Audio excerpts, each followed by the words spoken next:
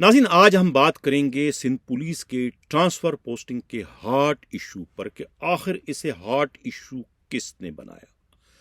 और जब यह हॉट इशू बन ही गया है तो फिर सिंध के निगरान वज़ीर आला का मुस्तकबिल क्या होने जा रहा है। क्या जस्टिस मकबूल बाकर सिंध के निगरान वज़ीर आला की हैसियत से अपने फ़राइज़ सर अंजाम देते रहेंगे या कि उनकी जगह किसी और को सिंध का निगरान वज़ीर आला बनाए जाने का प्लान कहीं पर ज़ेरे गौर है। जबकि सिंध पुलिस की तेजी से बदलती हुई सूरत हाल के पेश नज़र माजी में रोटेशन पॉलिसी के तहत जिन DIGs को, जिन SSPs को सिंध से निकाला गया था, उनके वापसी के इम्कानात बढ़ चुके हैं। इत्तला यह है कि इसी हफ्ते उनकी वापसी का सिलसिला शुरू कर दिया जाएगा। कौन कौन से खुशनसीब DIGs और SSP सिंध पुलिस में वापस आ रहे हैं, इस पर आगे चलकर हम अपने प्रोग्राम में डिटेल से बात करेंगे।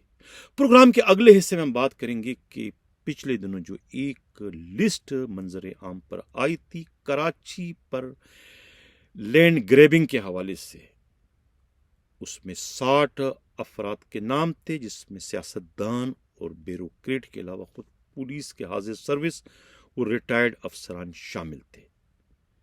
उन्हीं में शामिल एक अफसर का ये कहना है कि ये लिस्ट किसी घर के बेदी ने लंका ढाने के लिए मुरतब की है, खुद को दूध से दुलवाने के लिए दूसरों को मुसीबत में डालने की इस वक्त कोशिशें की जा रही है।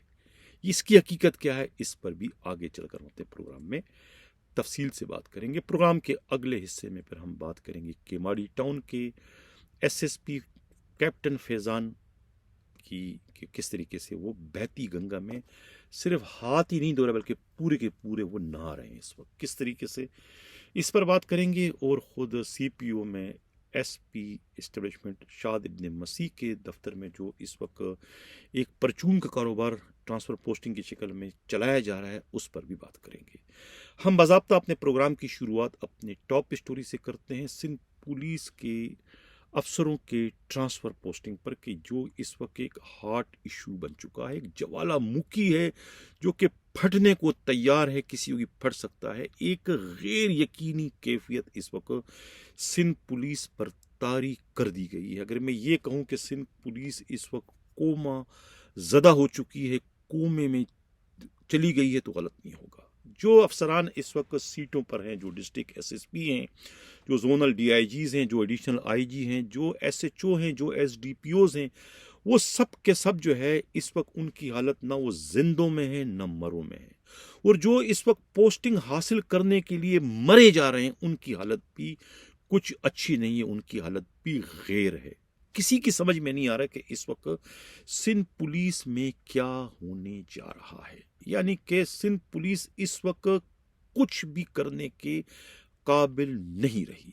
यानी मैं कह चुका हूं कि सिंध पुलिस इस वक्त बहुत ही बदतरीन सूरत हाल का इस वक्त वो सामना कर रही है, इस तरह के डेडलॉक की सूरत में।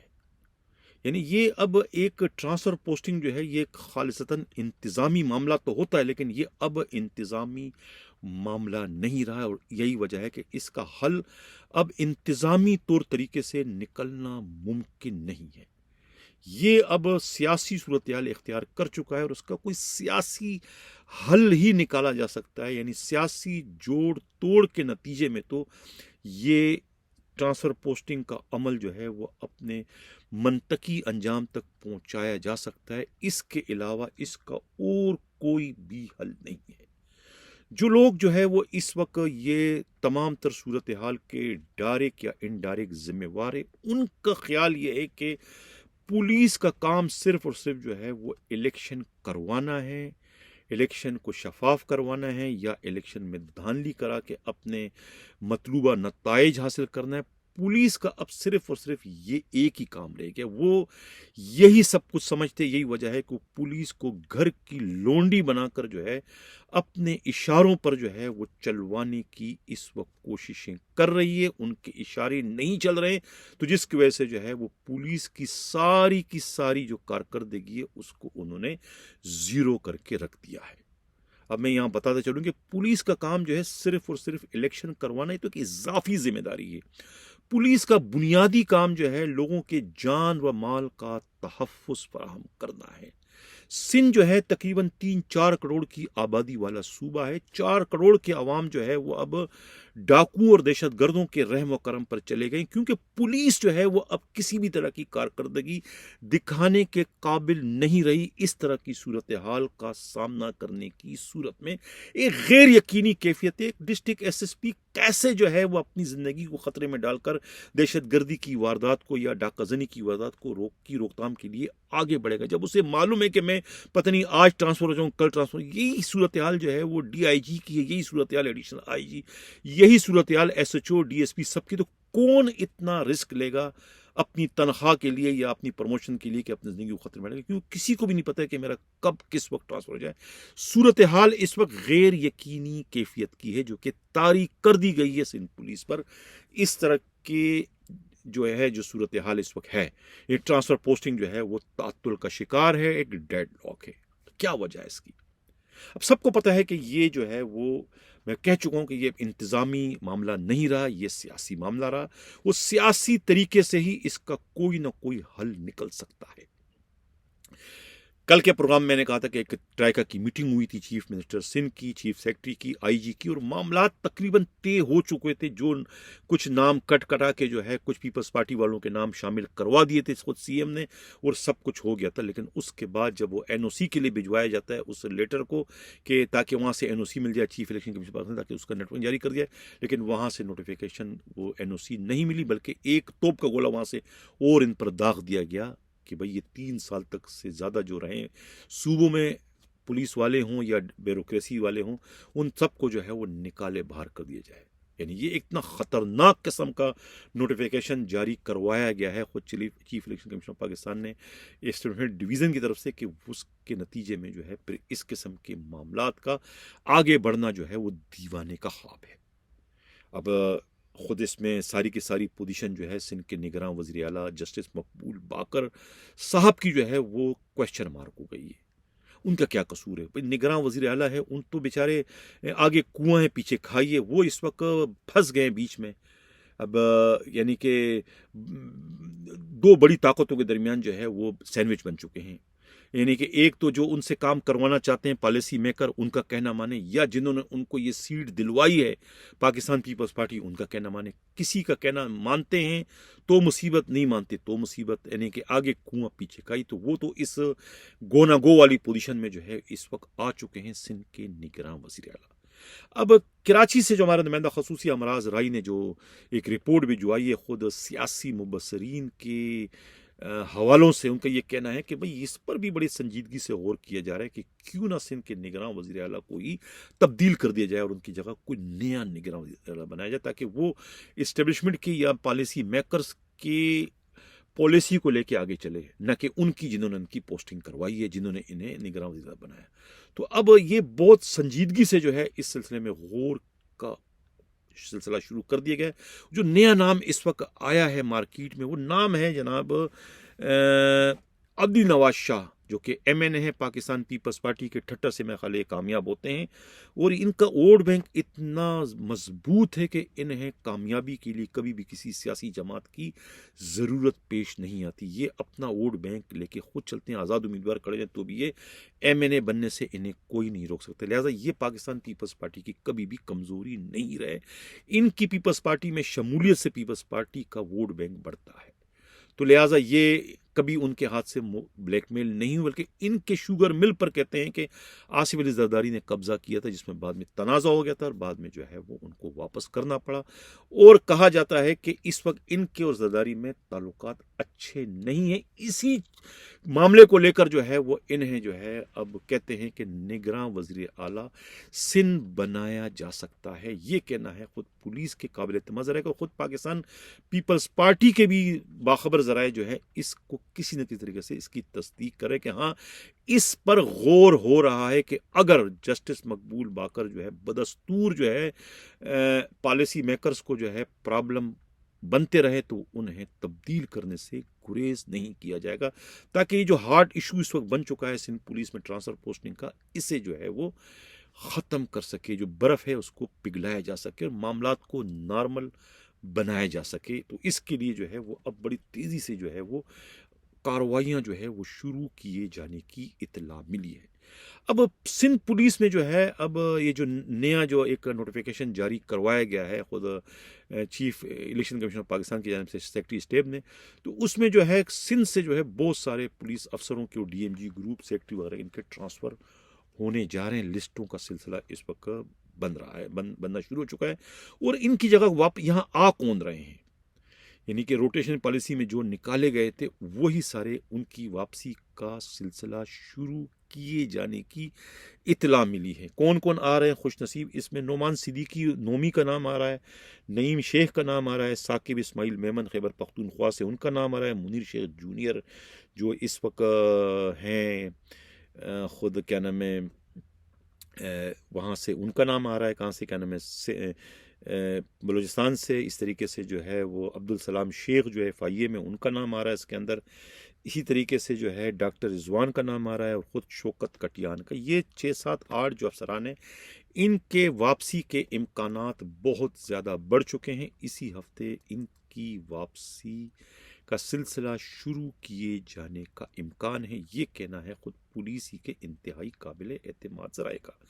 अब ये भी कहा जाता है कि क्या ये तमाम तर जो सूरत हाल इस वक्त बन चुकी है सिंध में पुलिस के ट्रांसफ़र पोस्टिंग के वजह से, आया इसका बिलवास्ता या बराह रास्त जिम्मेदार क्या सिंध के ये नए IG राजा रिफत मुख्तार हैं?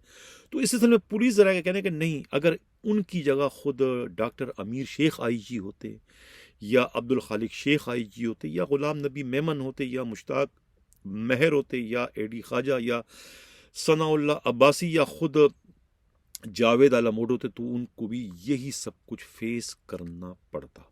यानी इसमें कसूर जो है IG का नहीं है, क्योंकि ट्रांसफ़र पोस्टिंग जो है वो IG के दायरा इख्तियार में नहीं है। ये पोस्टिंग ट्रांसफ़र कहीं और से हो रहे हैं और कहीं और को जो है वो मुतमईन करना किसी के बस की बात नहीं है। पाकिस्तान पीपल्स पार्टी अपने मर्ज़ी के अपने वफ़ादारों को जो है वो इस वक्त पोस्ट करवाना चाहती है ताकि उनकी मौजूदगी में वो इलेक्शन का खेल खेल सके और अपने मतलूबा नताइज हासिल कर सके, जबकि पॉलिसी मेकर ऐसा नहीं चाहते हैं, क्योंकि पाकिस्तान पीपल्स पार्टी अर्ली इलेक्शन का मुतालबा कर रही है, जबकि पॉलिसी मेकर जो है इलेक्शन अपने वक्त पर करने पर बज़िद हैं। यही एक ऐसा झगड़ा है जिसके नतीजे में जो है ये सूरत हाल ख़राब से ख़राब तर होती जा रही है और उसी के नतीजे में जो है सिंध के निगरां वज़ीर आला की तब्दीली भी जो है वो अमल में लाई जा सकती है। ये कहना है खुद पुलिस ही के इंतहाई काबिल एतमाद ज़राए का। देखना ये कि ऊँट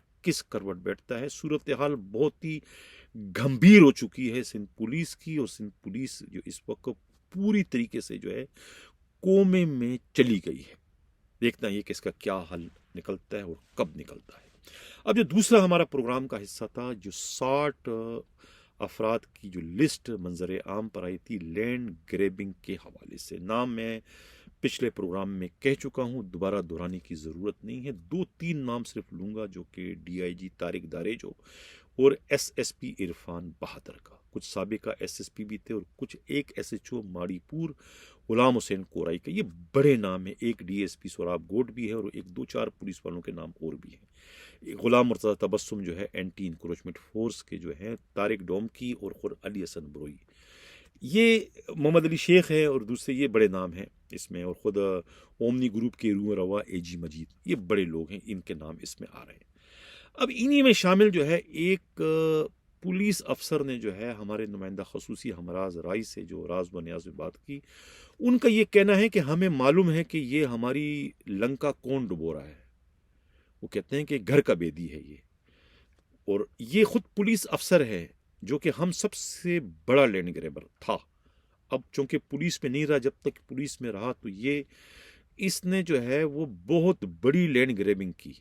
बहरिया टाउन के साथ तो ये बहुत ज़्यादा शामिल रहा और बहुत यानी कि हज़ारों एकड़ ज़मीन जो है वो इन्होंने कब्ज़ा करवाई, और ज़मीन कब्ज़ा करवाने के लिए इन्हें जाली मुकाबले तक करना पड़े, बेगुनाह लोगों को मारना पड़ा दहशतगर्द साबित करके। ये सबसे बड़ा लैंड ग्रैबर था, और ये अब खुद अपने आप को दूध का दुला हुआ जाहिर करके एक तरीके से सुल्तानी गवाह बन चुका है हम सबको घेरने के लिए। यानी कि जाहिर है कि अपने जुर्म का एतराफ़ किए बगैर तो सुल्तानी गवाह नहीं बन सकता है। उनके अपने हाथ जो है वो खून में रंगे हुए हैं और उन्होंने जो है 1 एकड़ नहीं, 2 एकड़ नहीं, हज़ारों एकड़ जो है उन्होंने कब्ज़े कराए और हज़ारों गाँव जो है उन्होंने बुलडोज़ कराए और कितने लोगों को जो है उन्होंने जाली पुलिस मुकाबले में इस मकसद के तहत मरवाया दहशतगर्द साबित करके। तो वो अब उँगलियां उठवा रहा है हमारे खिलाफ कि हम सब इसमें मुलविस हैं। तो ये इंसाफ के तकाजे इस तरह पूरे नहीं होते। अगर इंसाफ करना है तो हमारे साथ साथ उनके खिलाफ भी कार्रवाई की जाए। वो हमसे बड़ा मुल्जिम है, वो कत्ल भी कर चुका है, जाली मुकाबले भी कर चुका है। ये कहना है इन पुलिस वालों का जिनके नाम इस लिस्ट में शामिल है, और जिसका नाम शामिल नहीं है वो कहता है कि उनका कहना है कि वही असल मुल्जिम है जो कि इस वक्त सुल्तानी गवाह बन चुका है और इस वक्त जो है घर का बेदी बनकर लंका डाने पर तुला हुआ है। वो कौन है नाज़रीन, आप लोग खुद जान सकते हैं, पहचान सकते हैं। मेरा उसके बारे में नाम लेना जो है वो मुनासिब नहीं है। आप खुद लोग पहचाने, आप लोग बहुत ज़हीन अक्लमंद लोग हैं। अच्छा, बात करते हैं केमाड़ी टाउन का जो एसएसपी है कैप्टन फैज़ान, जिन्हें जो है वो खैरात में ये पोस्ट मिली है। फिदा जाऊरी पर मुसीबत आई, उन्हें जाना पड़ा, तो उन्होंने जो है वो अपनी सौगात, अपनी रियासत उनके हवाले कर दी और अब जो है वो रियासत में जो है वो इस वक्त उनकी 5 उंगलियां घी और सर कढ़ाई में है। इस वक्त जो है वो बैती गंगा में कहते हैं हाथ नहीं धो रहे हैं, बल्कि पूरे के पूरे जो है वो नहा रहे हैं, इस बैती गंगा में नहा रहे हैं। अब इत्तला ये मिली है कि मोचको के जो एसएचओ हैं, खुद चौधरी शाहिद भी उनके अंडर में आ चुके हैं। यानी कि वहाँ से जो वजीफ़ा मिला करता था करोड़ों का योमिया के हिसाब से, वो भी उनको मिलना शुरू हो चुका है। और कहा जाता है कि उन्हीं के कहने पर जो है, चौधरी शाहिद के कहने पर, उन्होंने ऑयल एरिया चौकी जो है जैक्सन थाने की, वहाँ हमेशा एक सब इंस्पेक्टर इंचार्ज केसेस से पोस्ट होते रहे। लेकिन आज जो है वो एक सब इंस्पेक्टर वहीद को वहाँ से हटाकर वहाँ एक हेड कांस्टेबल आसिफ गुज्जर को ऑयल पुलिस चौकी का जो है, ऑयल एरिया पुलिस चौकी का इंचार्ज बना दिया। इससे आप इस कैप्टन फैज़ान एसएसपी की अक्लमंदी का, दानिशमंदी का, फ़हम और फरासत का अंदाज़ा लगा सकते कितना ज़्यादा ज़हीन एसएसपी है कि इतने सेंसिटिव इलाके में जो है एक हेड कांस्टेबल को चौकी इंचार्ज लगाया, क्योंकि उनकी सिफारिश जो है वो मोचको के एसएचओ चौधरी शाहिद ने की थी। चौधरी शाहिद उन्हें रोज़ के हिसाब से करोड़ों का वजीफ़ा देता है। ये कहना है खुद पुलिस के इंतहाई काबिल एतमाद ज़राए का।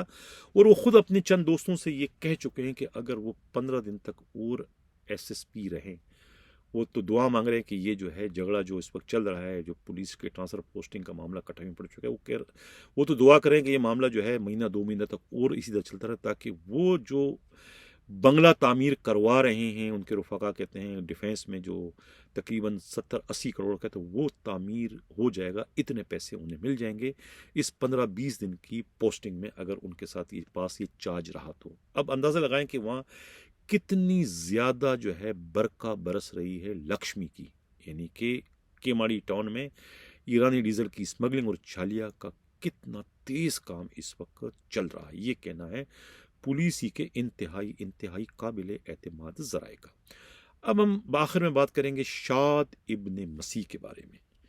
शाद इब्ने मसीह जो है वो कोशिश उन्होंने की थी आईजी का पीएसओ बनने की, लेकिन आईजी को पहले ही तमाम तरह हकीकतों का इल्म हो चुका था, लिहाजा उन्होंने जो है उनकी खिदमात लेने से साफ तौर पर इनकार कर दिया।